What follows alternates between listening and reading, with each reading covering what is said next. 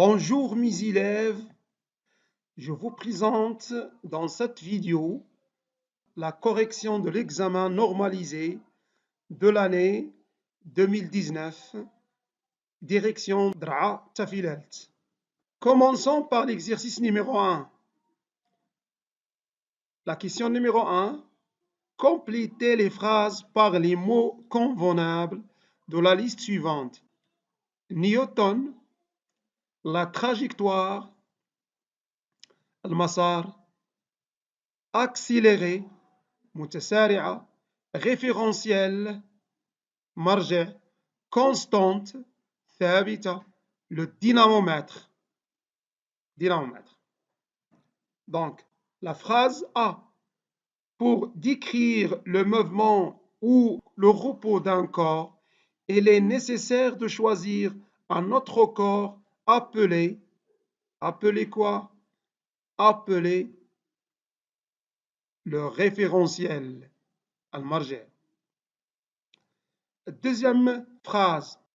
La ligne continue qui joigne l'ensemble des positions successives occupées par un point d'un corps mobile représente quoi?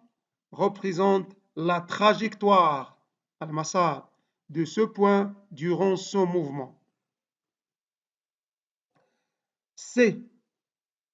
On mesure l'intensité d'une force par quoi on mesure l'intensité d'une force? Par le dynamomètre. Son unité est le. Quelle est l'unité de l'intensité de force? C'est le newton. La phrase D. Le mouvement est uniforme si la vitesse est. Donc, le mouvement uniforme, c'est-à-dire la vitesse est constante. La vitesse est constante au cours du temps. Et il est lorsque la vitesse augmente avec le temps. Lorsque la vitesse augmente avec le temps, le mouvement est accéléré. Et il est accéléré lorsque la vitesse augmente avec le temps. Deuxième question. Répondre par vrai ou faux. Le poids d'un corps est une grandeur physique qui varie avec le lieu et l'altitude où elle se trouve. وزن الجسم يتعلق بالمكان, le lieu et l'altitude, الارتفاع, où il se trouve. Oui, c'est vrai. C'est juste. La phrase B. La distance d'arrêt s'exprime par la relation dA égale dR moins dF. Est-ce que cette relation est juste? Oui, c'est faux. Parce que la distance d'arrêt dA est égale à la somme de la distance de réaction dR et de la distance de freinage dF. C. Pour réduire l'énergie électrique consommée, il faut utiliser les lampes économiques. Oui, c'est vrai, parce que les lampes économiques ont une faible puissance. La phrase D. L'unité internationale de la puissance électrique est le wattheure. Est-ce que cette phrase est juste? Non, c'est faux, parce que le wattheure, c'est une unité de mesure de l'énergie électrique. Donc, l'unité internationale de la puissance électrique, normalement, c'est le watt. Ce n'est pas le wattheure. La phrase E. L'énergie électrique consommée dans une installation domestique est mesurée par le compteur électrique. Oui, c'est vrai. C'est avec le compteur qu'on mesure l'énergie électrique. Complétez le tableau suivant. Ici, on a la grandeur physique, son symbole, son unité internationale, le symbole de l'unité. Ici, on a le symbole de la grandeur physique, c'est P. Et son unité internationale, c'est le newton. Donc, quelle est la grandeur physique? Oui, la grandeur physique, c'est l'intensité du poids. Son symbole, c'est P, l'unité internationale, c'est le Newton. Et le symbole de l'unité, quel est le symbole de Newton? C'est N, N majuscule. Ici, on a l'unité internationale sur le watt. Donc, quelle est la grandeur physique? Dans ce cas-là, c'est la puissance électrique. La puissance électrique. Et quel est là le symbole de la puissance électrique? C'est P majuscule, P. Le symbole de l'unité, donc, l'unité c'est le watt, son symbole c'est W. Ici, on a l'énergie électrique. L'énergie électrique, son symbole c'est E. Quelle est l'unité internationale de l'énergie électrique? C'est le joule. Le joule. De symbole G. De symbole G. Deuxième exercice. Première partie. La figure suivante représente un corps solide S de masse M égale 500 grammes accroché à un ressort en équilibre. On donne l'intensité de la pesanteur est G égale 10 newtons par kilogramme. La première question. Faire le bilan des forces exercées sur le corps S. Pour faire le bilan des forces exercées sur le corps S, il faut tout d'abord déterminer le système étudié. Ici, le système étudié est le corps S. On veut déterminer les forces exercées sur le corps S. Donc, le corps S est le système étudié. Donc, ici, le corps S, il se met à deux forces. La première force, c'est la force exercée par, on la note F, la force exercée par le ressort sur le corps S. Et la deuxième force, c'est la force exercée par la Terre, c'est-à-dire le poids du corps S. On la note P.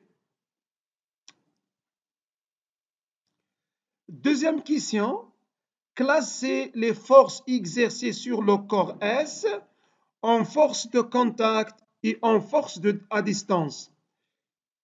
Ici, dans ce cas-là, le corps S se met à deux forces. La force F, exercée par le ressort, et la force P, le poids du corps S. La force F est exercée par le ressort. Le ressort est en contact avec le corps S. Donc, la force F est une force de contact. La force P, le poids du corps S. Le poids du corps S, c'est la force exercée par la Terre sur le corps S. Est-ce que le corps S est en contact avec la Terre? Non. Donc, c'est une force à distance. P, c'est une force à distance. Troisième question. En appliquant les conditions d'équilibre, déduire l'intensité F de la force exercée par le ressort sur le corps S.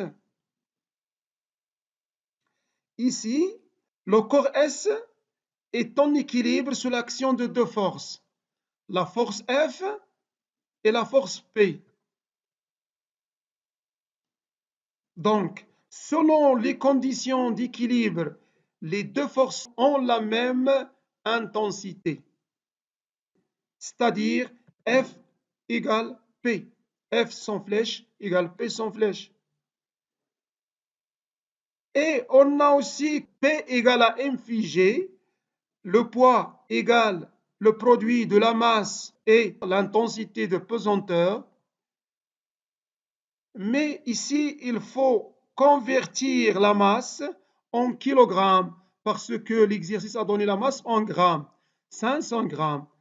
Donc, 500 grammes, c'est 0,5 kg. Donc, c'est 0,5 kg multiplié des newtons par kilogramme égale 5 newtons. Donc, P égale à F égale à 5 newtons. Donc, l'intensité de la force exercée par le ressort égale 5 newtons. Quatrième question, représenter la force F en utilisant l'échelle 1 cm pour 2,5 newtons.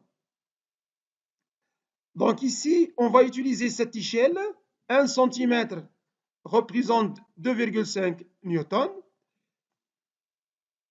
Donc 5 newtons sera représenté par une flèche de longueur x. En utilisant la règle de 3, x égale 1 fois 5 divisé par 2,5 égale à 2 cm. Donc, selon cette échelle, la force F sera représentée par une flèche de longueur 2 cm. On va représenter la force par une flèche de 2 cm. Mais pour représenter la force, il faut connaître ses caractéristiques. Les caractéristiques, c'est le point d'action, la ligne d'action, le sens et l'intensité. Donc, ici, le point d'action, c'est le point A. Le ressort exerce une force sur le corps S au point A. Donc A, c'est le point d'action. Et la ligne d'action, c'est la droite verticale passant par A, la droite verticale qui passe par A, et le sens de cette force, c'est de A vers le haut. Le ressort prend le corps S de A vers le haut, donc de sens de A vers le haut. Et l'intensité, c'est 5 newtons. Donc, la flèche commence du point A vers le haut et de longueur 2 cm. Et après, à côté de la flèche, on écrit le symbole de la force F. Deuxième partie. La figure ci-dessous représente la caractéristique d'un conducteur ohmique. Alors, si la caractéristique d'un conducteur ohmique et la caractéristique d'un conducteur ohmique, toujours c'est une droite qui passe par l'origine. La première question, c'est déterminer l'intensité I du courant électrique traversant le conducteur ohmique lorsque nous appliquons entre ces bornes une tension de U égale à 2 volts. Donc, sur le graphe, ici, on a 2 volts. Donc, si la tension égale à 2 volts, le courant qui passe à travers le conducteur ohmique, c'est 0,2 ampères. Donc, selon la caractéristique du conducteur ohmique, c'est U égale à 2 volts, alors I égale 0,20 ampères. Déterminer la valeur de la résistance de ce conducteur ohmique à partir du graphe. Donc, on a U est égal à RFI selon la loi d'Ohm. U égale R multiplié I. Donc, R égale U sur I. On peut utiliser un point du graphe. Par exemple, on peut utiliser ce point-là, 0,2 ampères, 2 volts. Donc, d'après la première question, on a U égale à 2 volts et I égale 0,20 ampères. Donc, application numérique, R égale 2 volts divisé par 0,2 ampères égale à 10 ohms. Ohm, c'est l'unité internationale de la résistance. Question 3. Sachant que la résistance est alimentée par la tension U égale à 4 volts, calculez en wattheures l'énergie électrique consommée par la résistance précédente lorsqu'il fonctionne pendant 2 heures. Donc ici, pour répondre à cette question, parce que normalement cette question est composée de 2 questions, il faut connaître l'intensité du courant électrique qui traverse la résistance lorsque U égale à 4 volts, la tension égale à 4 volts. Et après, on va calculer l'énergie consommée par la résistance sous la tension électrique 4 volts. Donc, on a deux questions. Donc, pour répondre à la première question, l'intensité du courant électrique qui traverse la résistance lorsque U égale à 4 volts, on va utiliser la loi d'Ohm. On a U est égal à R phi I. Donc, I est égal, l'intensité du courant I égale la tension divisé la résistance. Donc, I est égal U sur R. Application numérique. U est égal à 4 volts, R égale à D ohms, donc 4 sur 10 égale 0,4 ampères. Donc l'intensité de courant égale 0,4 ampères. Calculer l'énergie consommée par la résistance sous la tension 4 volts. On a la formule suivante, E est égal à P phi T. L'énergie est égale à la puissance multipliée le temps de fonctionnement. Et on a aussi P égale à U phi I, la puissance égale à le produit de la tension et l'intensité. Donc, E est égal à U multiplié E multiplié T. Donc, application numérique, on a U égale à 4 volts. Selon la question, I est égal à 0,4 ampères et le temps de fonctionnement, c'est 2 heures, pendant 2 heures. Donc, après calcul, on obtient que l'énergie est égale à 3,2 Wh. Watt-heure, l'unité ici, c'est Wh, parce que le temps, c'est en heures et la puissance est en watts, donc Wh. Exercice numéro 3.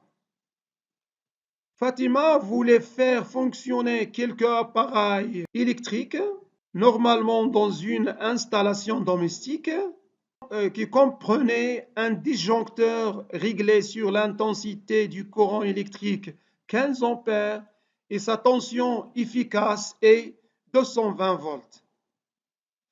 Les données, les caractéristiques nominales des appareils électriques utilisés sont une lampe qui porte les indications suivantes de 120 volts, 120 watts, un fer à repasser qui porte les indications de 120 volts, 1200 watts, un four qui porte les indications de 120 volts, 2,2 kW. Première question. En justifiant la réponse, déterminez l'appareil électrique qui consommera le plus d'énergie électrique. L'appareil qui consomme plus d'énergie électrique, c'est l'appareil qui a une puissance très élevée. Ici, la lampe, sa puissance est 120 watts. Le fer à repasser, sa puissance est 1200 watts. Le four, sa puissance est 2,2 kW. On va convertir 2,2 kW en watts.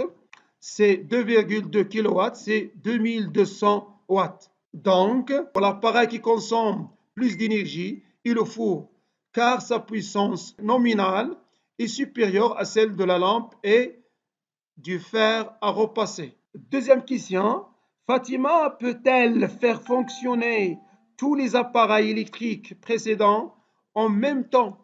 Pour répondre à cette question, il faut calculer la puissance maximale Pmax supportée par cette installation domestique et aussi la puissance totale Pt qui sera consommée par les trois appareils. Pour calculer la puissance maximale, on a Pmax est égal U multiplié Imax. La puissance maximale est égale à la tension multipliée le courant maximal supporté par l'installation. Et c'est le courant indiqué sur le disjoncteur, c'est 15 ampères. Donc, application numérique, Pmax égale 220 multiplié 15 ampères. Donc, c'est Pmax égale 3300 watts. Donc la puissance maximale supportée par l'installation, c'est 3300 watts. Après, on va calculer la puissance totale qui sera consommée par les trois appareils. P total, c'est la somme des puissances des trois appareils. C'est-à-dire P total égale 120 watts plus 1200 watts plus 2200 watts est égal, application numérique, P total égale 520 watts. Si on compare la puissance maximale Pmax et la puissance totale Pt, on remarque que Pt est supérieur à Pmax. P total, la puissance totale des trois appareils, est supérieure à la puissance Pmax. Donc, Fatima ne peut pas faire fonctionner tous les appareils électriques en même temps.